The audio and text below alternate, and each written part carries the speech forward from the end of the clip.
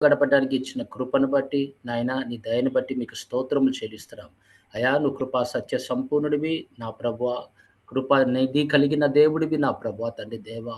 నాయన కృప కాలంలో నా ప్రభువా మమ్మల్ని కాచి కాపాడుతున్నావని ప్రభువా. నాయన కృప ఎంబడి కృప ఇస్తున్నావని నాయన నీ వాక్యము ద్వారా తెలియపరుస్తున్న విధానం కొరకు నీకు స్తోత్రములు చెల్లిస్తున్నాం. మరొక్కసారి ప్రభు నీ పాద సన్నిధిలో నీ వాక్కు స్వరము వినిపించు ప్రభా నాయన. నీ అధికారానికి నేను లోబడుతున్నాను ప్రభు. ఇక్కడ ఉన్న ప్రతి బిడ్డకి నా ప్రభు వినగలిగిన చెవులు గ్రహించుకున్న మనస్సు కూడా దయచేయమని నాయన, వాళ్ళ కుటుంబాలను మీరు దీవించు ఆశీర్వదించు నీ రెక్కల చాట భద్రపరచుమని, నీ రాకడు కొరకు నాయన అపేక్షించేవారుగా నా ప్రభు సిద్ధపరచుమని యేసుక్రీస్తు ప్రభు శక్తి గల నామంలో అడిగి వేడుకని పొందుకున్నాము మా తండ్రి. ఆమేన్. పోయిన వారం మనము ప్రభు కొన్ని మాటలు శిష్యులకి ఆయన మీరు జాగ్రత్త పడుడి అని కొన్ని విషయాలు చెప్పాడు. మొదటిగా ఆయన చెప్పింది ఏంటంటే మీరు అబద్ధ ప్రవక్తల గురించి జాగ్రత్తగా పడుడి అన్నాడు. ఎందుకంటే దేవుని సంగమా, దేవుడు ఆత్మ ఎక్కడ పనిచేస్తుందో అక్కడ వాడు లోనికి రావడానికి ప్రయత్నం చేస్తూనే ఉంటాడు. అందుకే దేవుడు జాగ్రత్తగా ఉండమన్నాడు. వీళ్ళు ఆల్రెడీ బయలుదేరారని చెప్పాడు మనకి ముందుగానే. దేవుడి వాక్యంలో రాయబడి ఉంది, వీళ్ళు అబద్ధ ప్రవక్తలు కానీ అబద్ధ బోధకులు కానీ వీళ్ళు ఆల్రెడీ బయలుదేరారు. ఆ కాలంలోనే, ప్రభు కాలంలోనే బయలుదేరారు. ఎందుకంటే ప్రభు ఎక్కడ కార్యములు చేస్తాడో వాడు కూడా కార్యములు చేయడానికి ప్రయత్నం చేస్తాడు. ఎక్కడ నిజమైన సువార్త ప్రకటించబడుతుందో వాడు విత్తనము వేయడానికి ప్రయత్నం చేస్తూ ఉంటాడు. అందుకే ఏది దేవుడిదో కాదో అనేది వివేచించాలంటే మనకి దేవుడి వాక్యం మన హృదయంలో ఉండాలి. పరిశుద్ధాత్మ సహాయంతో ఆ వాక్కు దేవుడితో కాదని మనకి తెలిసిపోతూ ఉంటుంది. అందుకే మనము జాగ్రత్తగా ఈ కాలంలో దేవుడు మనల్ని జాగ్రత్తగా ఉండమని చెప్పడానికి కారణం ఏంటంటే అనేక విషయాల్లో మనుషులు తప్పిపోతూ ఉంటారు. అంటే వినటానికి చాలా బాగుంటుంది. ఎందుకంటే వాళ్ళు మాట్లాడే విధానం ఎలా ఉంటుందంటే మిమ్మల్ని తప్పుదారిలో పట్టడానికి ఎంతో ప్రయత్నం చేస్తారు. వాళ్ళు మాటలు ఎలా ఉంటాయంటే తీయగా ఉంటాయి, మంచిగా ఉంటాయి, కానీ వాటిలో శక్తి ఉండదు. అది గుర్తుపెట్టుకోండి. వాళ్ళలో శక్తి ఉండదు. ఎందుకంటే దేవుడి శక్తి వాడి శక్తి కన్నా గొప్పది. నీలో ఉన్నవాడు లోకంలో ఉన్నవాడు కన్నా గొప్పవాడని చెప్తున్నాడు. ఎందుకంటే దేవుడు కార్యాలు ఎలా ఉంటాయంటే ఆయన ఏదైనా కార్యము చేస్తే మళ్ళీ దాన్ని వెనక తిరిగి వెళ్ళలేవు నువ్వు. ఎందుకంటే ఒక్కసారి ఆయన రుచి చూచిన తర్వాత నువ్వు మళ్ళీ నీ పాత జీవితానికి వెళ్ళవు. అందుకే ఒక్కసారి రుచి చూడమంటాడు కీర్తనకారుడు. ఆయన రుచి చూడండి అని చెప్తాడు. ఆయన ఒక ఇన్విటేషన్, ఒక ఆహ్వానముగా పిలుస్తూ ఉంటాడు, వచ్చి రుచి చూడండి. ఆ తల్లి కూడా చెప్పినట్లుగే రండి ఇతనే క్రీస్తు అని మీరే వినండి వచ్చి అని చెప్పేసి చెప్పినట్లుగా. ఎందుకంటే ఒక్కసారి ఆయన స్వరము వినేవారు, ప్రభు స్వరము తన వాక్కు ద్వారా వినేవారు ఎప్పటికీ ఆ స్వరము మర్చిపోరు. అది గుర్తుపెట్టుకోండి. అందుకే అబద్ధ ప్రవక్తలు మాట్లాడుతున్నప్పుడు కానీ మీరు కనిపెట్టేవారుగా ఉండాలి. ఇది దేవుడిదా కాదా అనేది కనిపెడుతూ ఉండాలి. రెండోదిగా ఈ దినాన మనం చూడబోయేది వేషధార గురించి ఆయన చెప్పుకుంటూ వచ్చాడు. ఎందుకంటే వేషధారణ ఎలా ఉంటుందంటే బయట ఒక రూపము, లోన ఒక రూపంగా వాళ్ళు ఉంటారు. ఆ జనాభాని మనం కనుక్కునే విధానంగా ఉండాలి. రెండోదిగా ఆయన ఏమి చెప్పాడు? లూకా సువార్త 12వ అధ్యాయం 1వ వచనంలో చూడు తల్లి. లూకా సువార్త 12వ అధ్యాయం 1వ వచనం.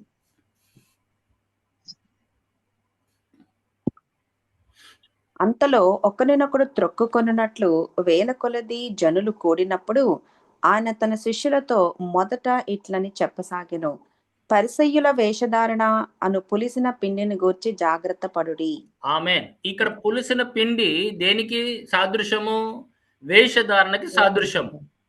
ఎందుకంటే పులిసిన పిండి ఒక చిన్న పడింది అనుకోండి, అదేమవుతుందంటే అది ఉబ్బుతుంది. అది ఉబ్బే కొద్దీ లోన ఉన్నది ఒకటైతే బయట కనిపించేది ఒకటి. లోన అది ఏమవుతుందంటే అది పులిసిపోయినది. అందుకే పులిసిన పిండి విషయంలో మీరు జాగ్రత్తగా ఉండండి అని చెప్తున్నాడు. ఎందుకంటే దేవుని సంగమా, ఈ చివరి దినాల్లో అనేక మంది క్రైస్తవులు అని వాళ్ళు ప్రకటిస్తారు, కానీ వాళ్ళు నిజమైన క్రైస్తవులు కాదు. వాళ్ళు ఎవరు పంపించారు అనేది మీరు కనిపెట్టాలి. కొంతమంది నిజమైన క్రైస్తవులు కూడా వేషధారణ చేస్తూ ఉంటారు. అదొక బ్యాచ్ ఉంది. అందుకే హిపోక్రసీ అనేది అది స్ప్రెడ్ అవ్వే అవకాశం ఉంది. వేషధారణ అనేది అది ఏమవుతుంది పాకుతుంది చిన్న చిన్నగా. అందుకనే మీకు పులిసిన పిండి అది చిన్నగా ఉబ్బుతూ పైకొస్తూ ఉంటది. అది చిన్నగా పాకుతూ ఉంటది. అందుకే మనం చాలా జాగ్రత్తగుండాలి. ఈ పులిసిన పిండితో అది మనలో ఉందా లేదో చూసుకోండి.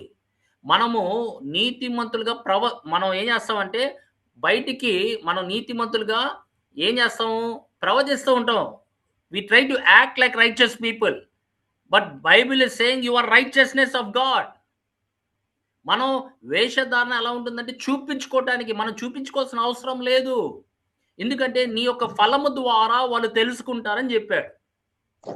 మనం క్రైస్తవులకి ఎలా తెలియపరచబడుతుందంటే కేవలము ఫలము ద్వారానే.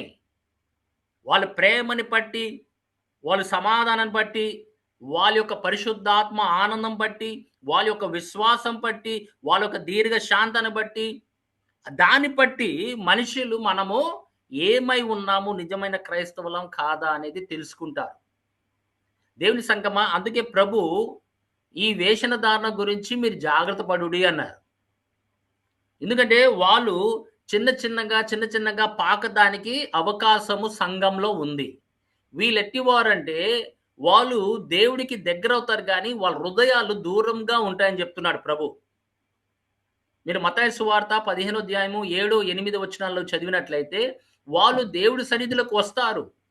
చేతులెత్తి ప్రార్థన చేస్తారు. వాళ్ళు పాటలు పాడతారు. కానీ హృదయం మట్టుకు దేవుడితో ఉండదు. అది మనలో కూడా ఉందా అనేది జాగ్రత్త చూసుకోండి. చదవమ్మా. ఈ ప్రజలు తమ పెదవులతో నన్ను ఘనపరచుదురు, కానీ వారి హృదయము నాకు దూరముగా ఉన్నది. నాకు దూరముగా ఉన్నది. ఎందుకంటే వేషధారణ ఎలా ఉంటదంటే ప్రభు సన్నిధికి వచ్చి మోకరిస్తారు. ఆయన 2 చేతులు పైకెత్తారు. వాళ్ళు ఎలా జీవిస్తారంటే ఒక నీతిమంతుడిగా జీవిస్తారు. బయట రూపమే అది. దేవుని సంగమా జాగ్రత్త. దేవుడు పరిశీలన చేసేది హృదయాలతో. నీ బయట రూపముతో కాదు. అది ఎప్పుడన్నా గుర్తుపెట్టుకోండి. నేను హృదయము చూచేవాడిని అని చెప్తున్నాడు. సమయాలతో కూడా అదే చెప్పాడు. నువ్వు బయట రూపం చూస్తున్న సమయాలు నేను బయట రూపం చూడను. నేను లోనది చూస్తాను. అంతరంగం నేను చూస్తాను. ఒక మనిషి హృదయము ఆయనే పరిశీలన చేసేది. వారు ఎట్టివారు అనేది ఆయన చెప్తాడు లాస్ట్‌లో. అందుకే నటన లేకపోతే హిపోక్రసీ అనేది మనం ఉండకూడదు. వేషధారణ అనేది ఉండకూడదు. ఉన్నట్టుగా మాట్లాడాలి మనం దేవుడితో. ఆయన ప్రార్థన చేసేటప్పుడు కూడా మన హృదయము ఆయన సన్నిధిలో ఆయన గురించే పాకులాడుతూ ఉండాలి. ఏం లాభం నువ్వు పాట పాడినా నీ హృదయం ఆ పాటలు లేకపోతే?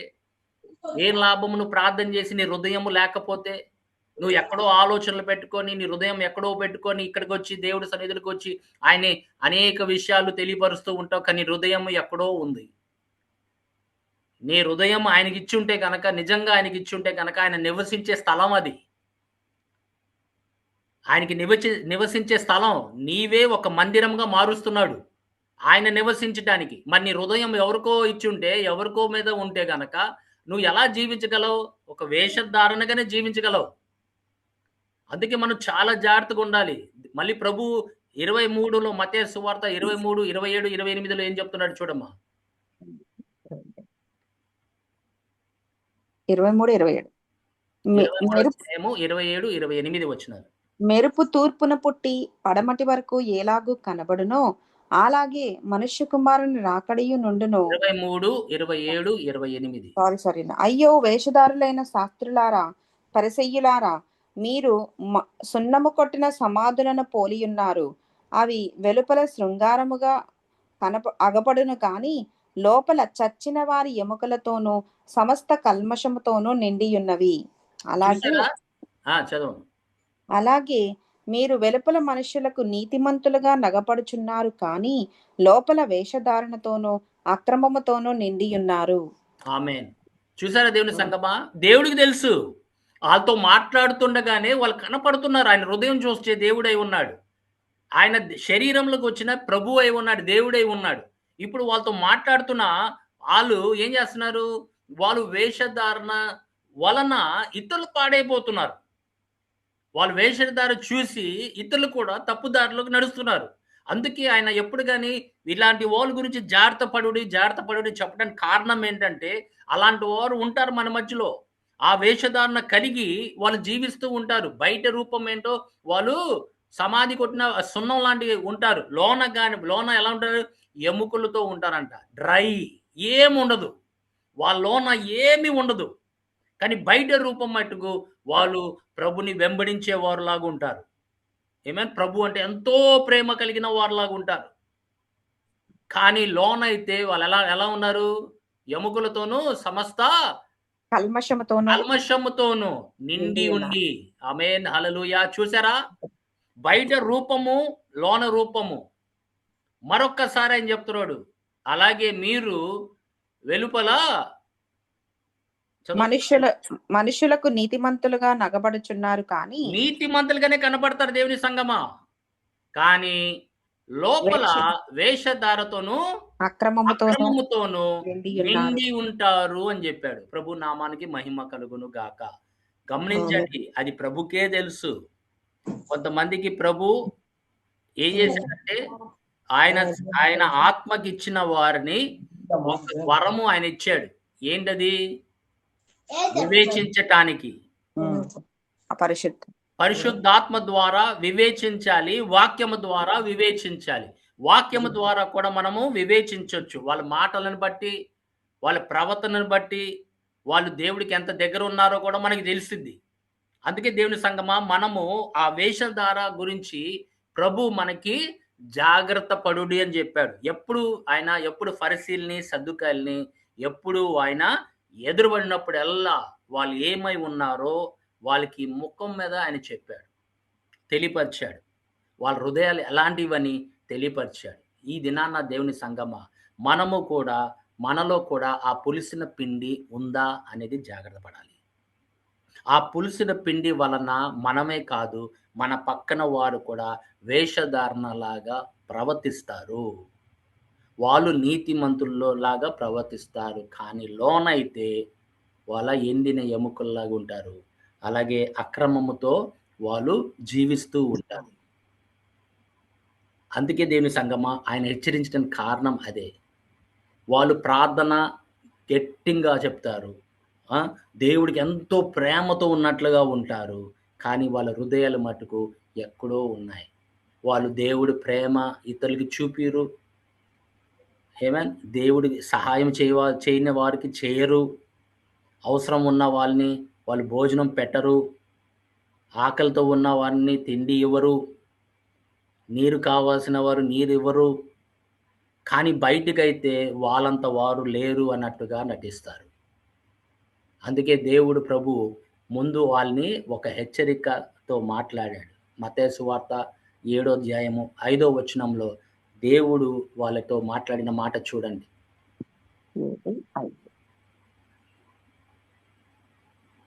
వేషధారి, మొదట నీ కంటిలోనున్న దూలమును తీసివేసుకొనుము. అప్పుడు నీ సహోదరుని కంటిలోనున్న నలుసును తీసివేయుటకు నీకు తేటగా కనపడును. ఆమేన్. ఎందుకు? వాళ్ళెప్పుడు ఎదుటి మనుషులు తప్పులు చూపిస్తానే ఉంటారు. గుర్తుపెట్టుకోండి. వాళ్ళకి ఎప్పుడు ఎదుటి మనుషులు తప్పులే కనిపిస్తూ ఉంటాయి. కానీ వాళ్ళు చేసే తప్పులు అస్సలు కనిపించవు. వాళ్ళు చేసేవి అన్నీ లోనే ఉంటాయి. కానీ ఎదుటి మనిషి తప్పులైతే అనేక కనబడుతూ ఉంటాయి. వాళ్ళెప్పుడు వాళ్ళని శిక్షించడానికి ప్రయత్నం చేస్తారు. వాళ్ళని దండించడానికి ప్రయత్నం చేస్తారు. వాళ్ళేమో తక్కువ చేసి మాట్లాడడానికి ప్రయత్నం చేస్తారు. వాళ్ళంత వారు లేరన్నట్టుగా నటిస్తూ ఉంటారు. ప్రభు నామానికి మహిమ కలుగును గాక. అందుకే దేవుని సంగమా, మనము కూడా ఆ విధంగా ప్రవర్తిస్తున్నాం లేదా అనేది ఒక్కసారి చూసుకోండి మన జీవితాన్ని. ఎందుకంటే వాళ్ళు ఏం చేస్తారు? వాళ్ళు వేషధారై మొదట నీ కన్నిలో ఉన్న దూలము మన కంట్లో ఉంటుంది. కానీ ఎదుటివాడు కంట్లో ఏం కనపడుతూ ఉంటది? నలుసు కనపడుతూ ఉంటది. మనలో ఏమో పెద్దది ఉంటది లోన. కానీ ఎదుటి మనిషిని చిన్న తప్పు చేసినా కూడా వాళ్ళని ఎలాగ ఖండిస్తామంటే, ఎలాగ మాట్లాడతామంటే మనంత నీతిమంతులు ఎవరు లేనట్టుగా మనం మాట్లాడుతూ ఉంటాం. See, correcting others for small sins while ignoring greater sins in your own life. నీ యొక్క జీవితంలో పెద్దయి ఉంచుకొని ఎదుటి మనిషిని చిన్న చిన్నవి అన్ని తప్పు పట్టుకొని ఆ తప్పుని పెద్ద చేస్తారు. కానీ వాళ్ళలో ఉన్న పెద్దయి అసలు మనకి కనపడవు, వాళ్ళకి కనపడదు. వాళ్ళకి చెప్పినా కూడా వాళ్ళు వినే రకము కాదు. అది గుర్తుపెట్టుకోండి. వేషధార కలిగిన వారికి కరెక్షన్ అంటే ఇష్టం ఉండదు. ఎందుకంటే వాళ్ళే కరెక్ట్ చేయాలి అందరినీ. వాళ్ళే చెప్పాలి. కానీ వాళ్ళలో ఉన్న తప్పులు వాళ్ళకి అస్సలు కనపడవు. దేవుని సంగమా, పరిశుద్ధాత్మ దేవుడు నీలో ఉంటే ఆయన పాపంని ఒప్పుకున్నట్లు చేయడా?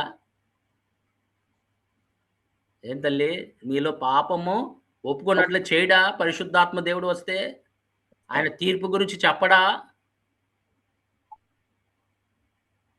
మరి మనలో తప్పులు ఉంచుకొని ఎదుటి మనిషి తప్పులు వాళ్ళకి కంటే దేవుడి సన్నిధిలోకి వెళ్ళి నా తప్పులు ప్రభువా, నేను ఇలా ఉన్నాను, ఎదుటి మనిషిని వేలెత్తి చూపిస్తున్నాను,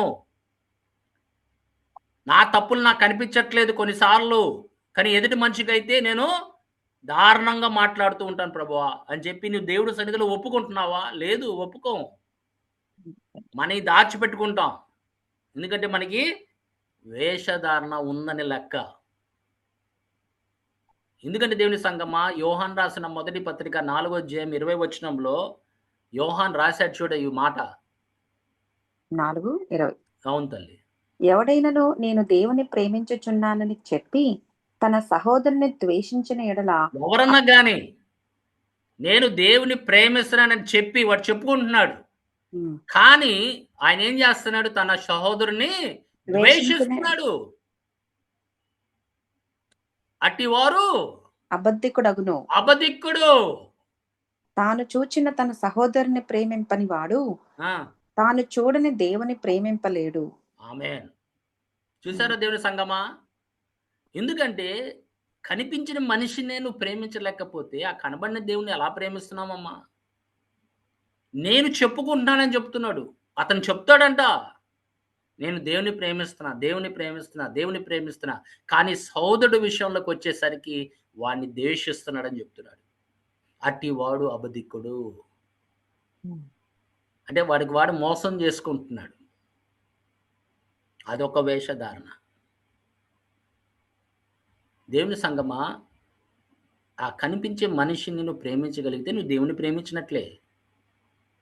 నీలో ప్రేమ ఉంటే ఆ ప్రేమ పరిశుద్ధాత్మ ద్వారా నీ హృదయంలో కుమ్మరించబడిన కారణం ఏంటంటే, ఒకవేళ నీ సోదరుని ప్రేమించడానికి, నీ శత్రువుని కూడా ప్రేమించడానికి ఆ ప్రేమలో ఉన్న శక్తి అది దేవుడి ప్రేమ.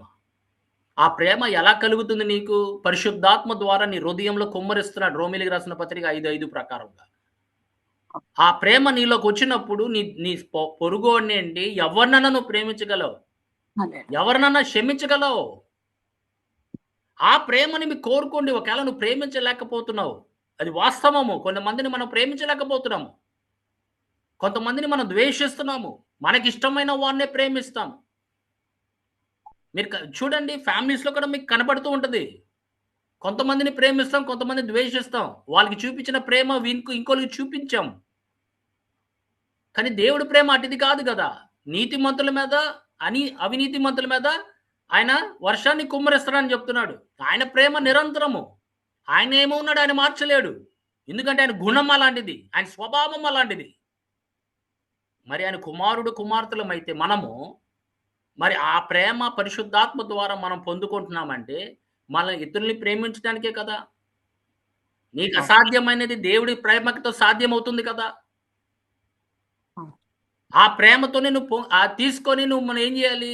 ఇతరుల్ని ప్రేమించాలి, ఇతరుల్ని క్షమించాలి. లేకపోతే నేను వేషధారులుగా మిగిలిపోతాం. దేవుని సంగమా, జాగ్రత్తగా ఉండాలి. మనము కనిపించిన వ్యక్తినే ప్రేమించలేకపోతున్నాం, రాయలేసి కొడుతున్నాము, అనేక విషయాలు దూషిస్తున్నాము, కోపగిస్తాం. వాళ్ళు ఏం చేసినా కూడా వాళ్ళకి మన కోపం వస్తూ ఉంటుంది. దేవుడు లేడా వాళ్ళని శిక్షించడానికి? దేవుడు లేడా వాళ్ళతో మాట్లాడడానికి? వాళ్ళకి ఏం చేసినా కూడా దేవుని యొక్క ప్రేమతోనే వాళ్ళనితో మాట్లాడాలి. ఎళ్లి మళ్ళీ సమాధానం మనం పడాలి. దేవుడు కోరుతుంది అదే. మీ అర్పణలు తీసుకొస్తున్నావు బానే ఉంది. కానీ అక్కడ ఉంచండి అని చెప్తున్నాడు. ముందు వెళ్లి సమాధాన పరుచుకొని అప్పుడు రండి అని చెప్తున్నాడు. ఎందుకంటే ఆ ప్రార్థన ఆలకించబడాలంటే నీకు నీ దేవుడికి ఏది ఆటంకము ఉండకూడదు. ద్వేషం నీ హృదయంలో ఉండకూడదు. క్షమాపణతో నువ్వు జీవించాలని కోరుతున్నాడు. ఆయన నిన్ను క్షమించినట్లుగా ఇద్దరిని క్షమించండి అని చెప్తున్నాడు. మరి ఆయన టీచింగ్ మనం నేర్చుకోకపోతే మనం ఏ టీచింగ్ నేర్చుకుంటున్నాము? ఆయన మనల్ని పిలిచింది ఆయనలాగా ఉండటానికి. ఆయన పోలిన వారుగా ఉండటానికి. ఆయన వెలుగు మనలో నుండి కనిపించడానికే. నీలో పెట్టిన వెలుగు ఆయనది. ఆ వెలుగు మనం ప్రకాశించాలనే కదా! కానీ మనం ఎవరి వెలుగుని చూపిస్తున్నాము? అదే వేషధారణ అంటారు దాన్ని. మనము పాటలు పాడతాం, ఆరాధిస్తాం. ఆమేన్. చేతులెత్తి ఏడుస్తూ ఉంటాము దేవుడి సన్నిధిలో. But we live in bitterness. We live in pride. We live in unforgiveness. Amen. Singing in worship is not something great. When your heart is bitter, నీ హృదయమే చేదుగుండి నీలోన గర్వం ఉంచుకొని నువ్వు క్షమించలేకపోతే ఆ పాట ఏమింటాడు? ఆ ప్రార్థన ఏమింటాడు? దేవుని సంగమా, మనం ఎవరితో ఆటలాడుతున్నాం అనేది ఒకసారి జాగ్రత్త పరిశీలన చేసుకోండి. సజీవుడైన దేవుడితో, ఆయన శిష్యులమైతే, ఆయన విశ్వాసులమైతే, ఆయన ప్రతి మాటనికి మనం లోబడాలి. ఆయన అధికారానికి లోబడాలి. వేషధారణ అనేది మన జీవితంలో కనపడకూడదు. మనలో పులిసిన పిండి ఉందా లేదని మనమే మన జీవితాన్ని పరిశీలన చేసుకోవాలి. ఎందుకంటే అది పాకిందా, అది ఒక చిన్న పర్సెంటేజ్ చాలు పులిసిన పిండి. మొత్తం పాడైపోవటానికి. అది మనల్ని ఉప్పొంగ చేస్తది. జాగ్రత్త. ఆ రూపము మన ప్రభు ఎలా ఉన్నాడో అలా చేయటం. మనకి సాధ్యం కాకపోతే కామ్‌గా ఉండండి. నటించాల్సిన అవసరం లేదు మనకి. మనం ఏమై ఉన్నాం మన హృదయాన్ని బట్టి మనుషులు తెలుసుకుంటారు. బయట ఒకటి లోన ఉండటానికి వీలు లేదు. రోమిలికి రాసిన పత్రిక 2వ అధ్యాయము 21 నుండి 23 వరకు చదువుతాలి.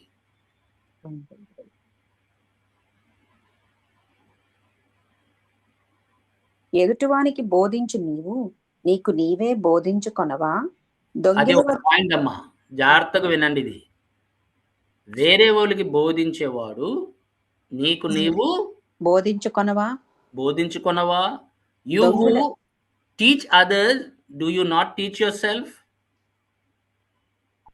Come on. దొంగి దొంగిల దొంగిల వద్దని ప్రకటించు నీవు దొంగిలిదవా?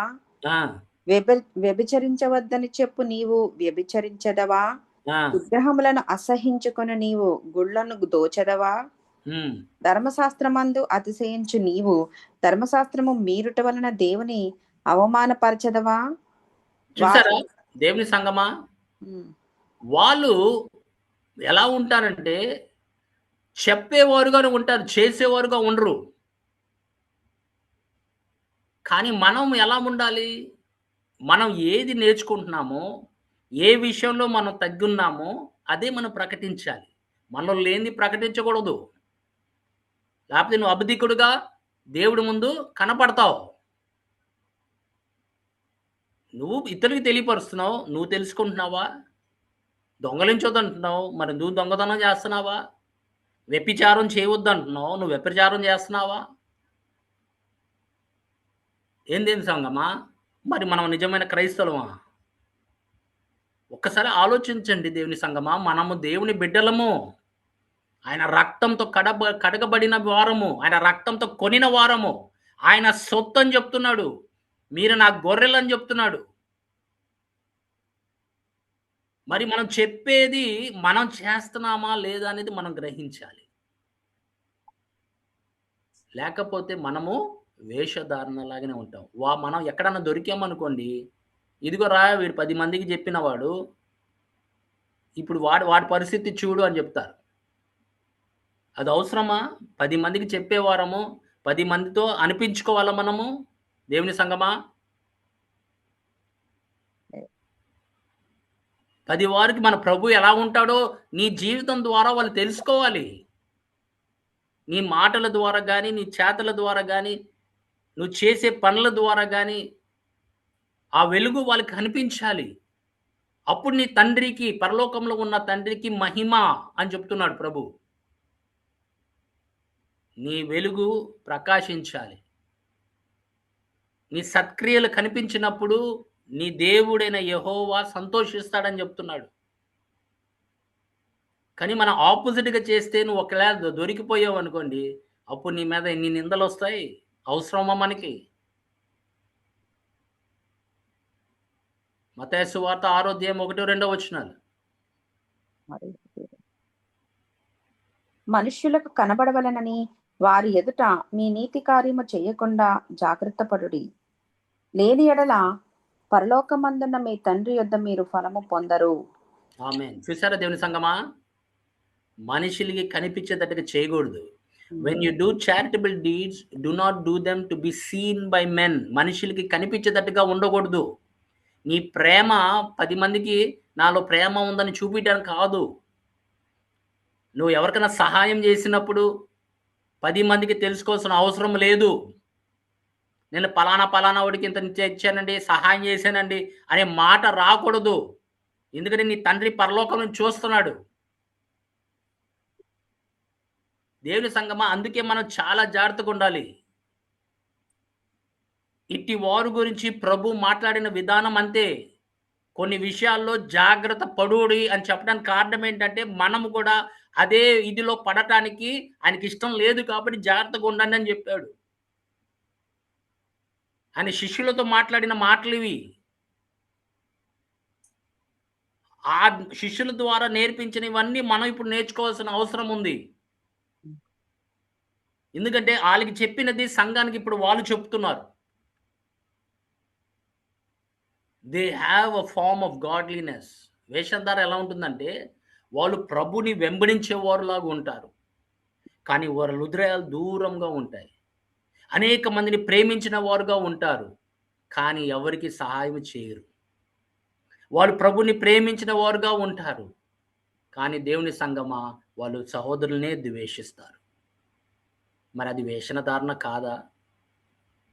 ఏమ్మా? ఒక్కసారి మన జీవితాన్ని పరిశీలన చేసుకోండి.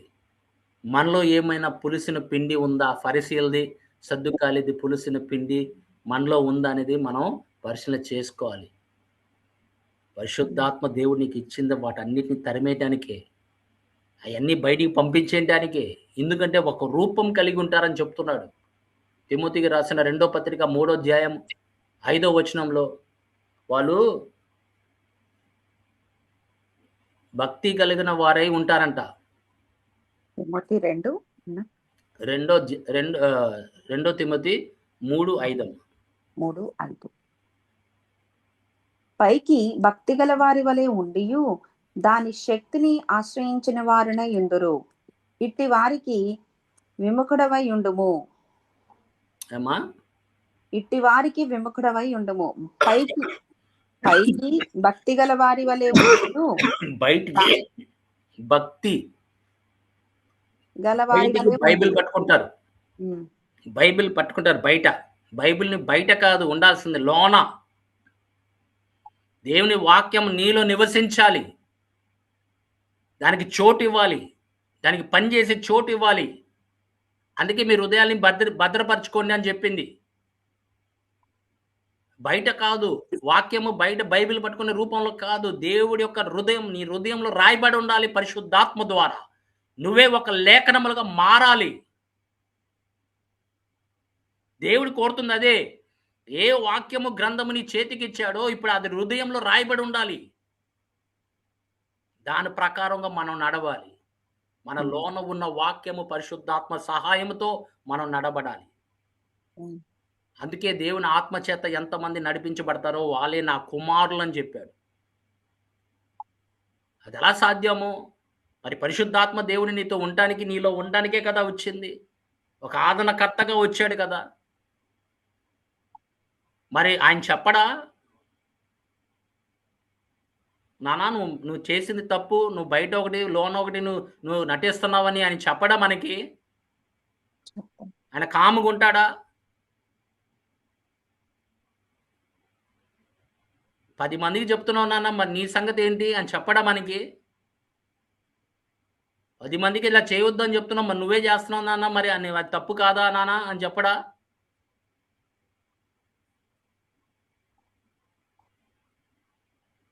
పరిశుద్ధాత్మ దేవుడు మనకిచ్చింది మనల్ని ప్రభు రూపంలో మార్చటానికి. ప్రభు కలిగిన మనస్సు మనకివ్వటానికి. ఆ గుణం ఇవ్వటానికి. క్రీస్తు మనసు ధరింపు చేయటానికి ఆయన వచ్చాడు. దేవుని సంగమా, మనలో కూడా వేషధారణ ఉంటే మన జీవితాన్ని చూసి ఎవరు మారుతారమ్మా? ఎవరు మారుతారు మన జీవితాన్ని చూసి? ఒక ఆత్మ సంపాదించాలంటే ఎంత కష్టమో మీకు తెలీదు. ఎన్నిసార్లు వాక్యం వాళ్ళకి బోధించాలి. ఎన్నిసార్లు మనం ప్రయత్నం చేస్తూ ఉండాలి. కానీ కొంతమందినైతే భర్తలతో మాట్లాడతాడు, భార్యలతో మాట్లాడతాడు. నీ భార్య ప్రవర్తన ద్వారా ఒక భర్త మారగలడని చెప్తున్నాడు. మరి లోకంలో జీవిస్తున్నాం కదా, మన ప్రవర్తన బట్టి ఒక మనిషిని సంపాదించుకోలేమమ్మా. ఒక ఆత్మని మనం సంపాదించుకోగలము కేవలం నీ ప్రవర్తన ద్వారా. కానీ వాళ్ళలో వేషధారణ కనిపించిందంటే మటుకు వాళ్ళని మనం పోగొట్టుకున్నట్లే.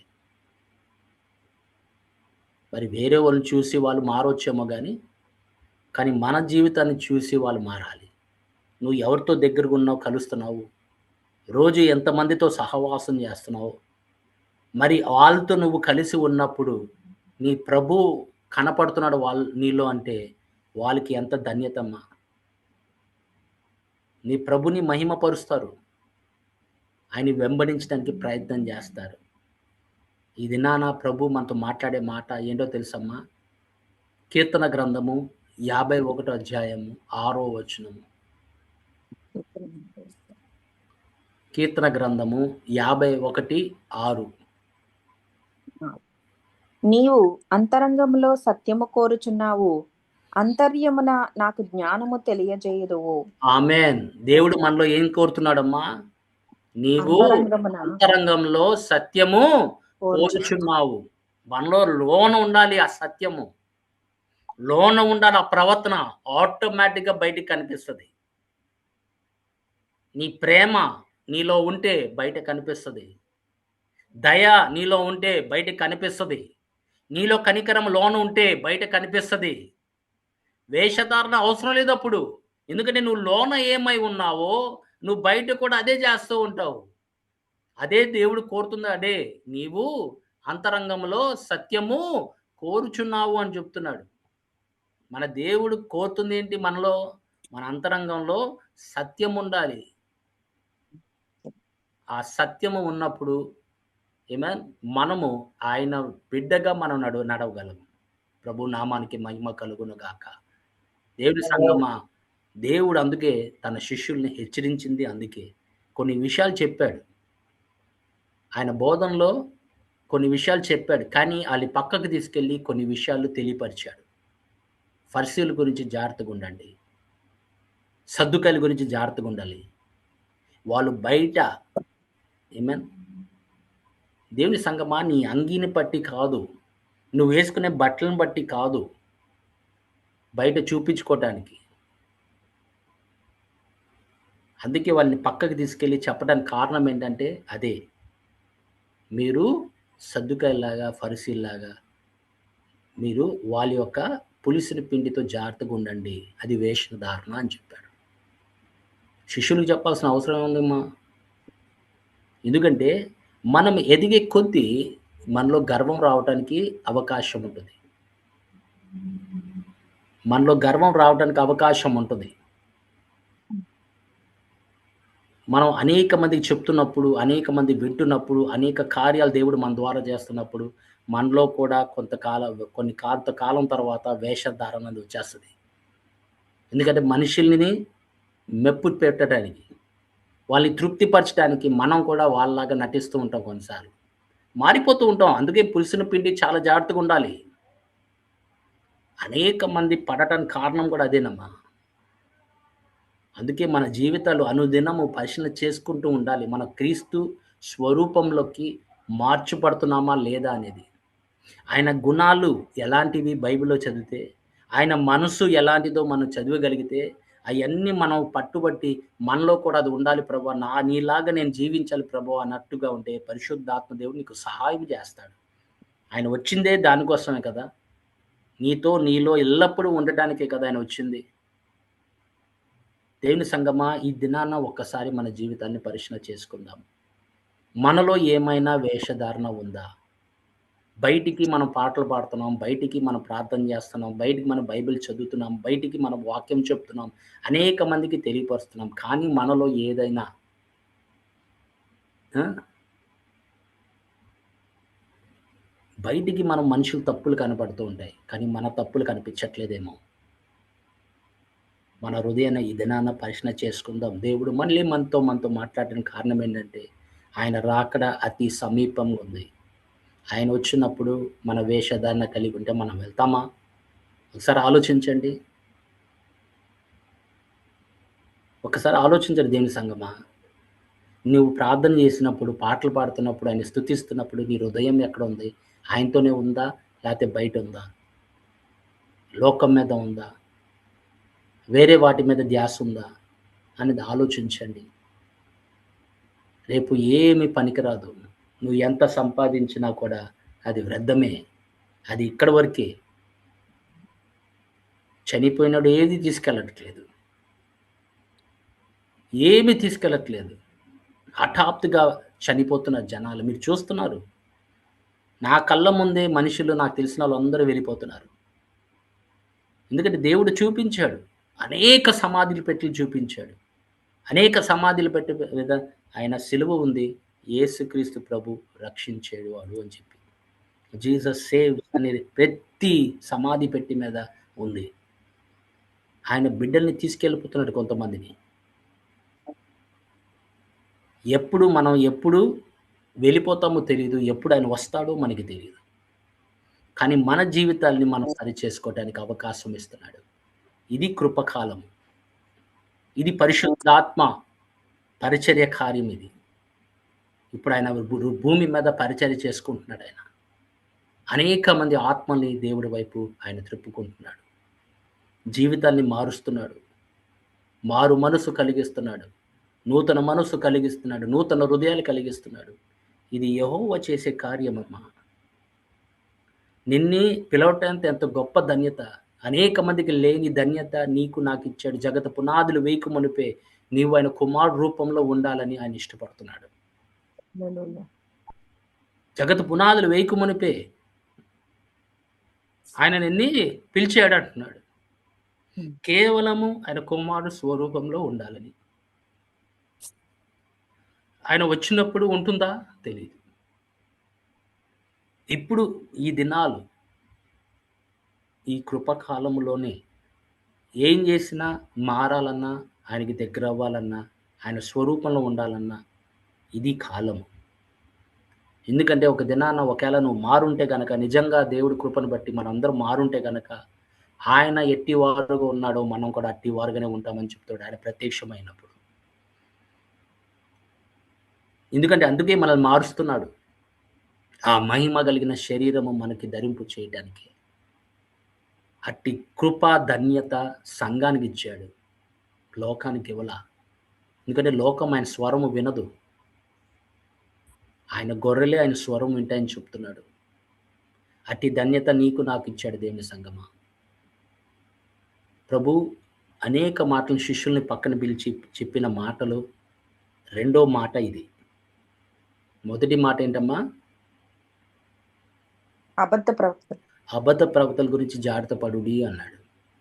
రెండోది వేషధారణ వేషధారణ గురించి జాగ్రత్త పడండి. పులిసిన పిండి గురించి చెప్పుకుంటూ వచ్చాడు. మిగతాది మనం వచ్చే వారం చూసుకుందాం. కానీ ఈ దినాన్న ఒక్కసారి మీ జీవితాన్ని పరిశీలన చేసుకోండి తల్లి. దేవుని సంగమా, మనకుల్లో ఎక్కడన్నా గాని పులిసిన పిండి కనపడుతుందా? లేదా అనేది జాగ్రత్త పడండి. ఏం చేసినా మనం లోన ఏమై ఉన్నామో బయటకి అదే రూపం వస్తది. అందుకే దేవుడు కోరుతుంది అదే. నీవు అంతరంగంలో సత్యము కోరుచున్నావు అని చెప్తున్నాడు. అలాంటి వాళ్ళకి జ్ఞానం ఇచ్చేవాడు ఆయన.